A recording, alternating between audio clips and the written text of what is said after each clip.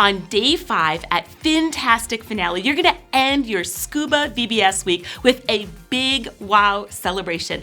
All of your crew leaders are going to have a spaghetti confetti tucked by their crew sign, and on your cue, you're gonna ask them to get that, and they're going to turn it over and just peel back the tissue paper on the end.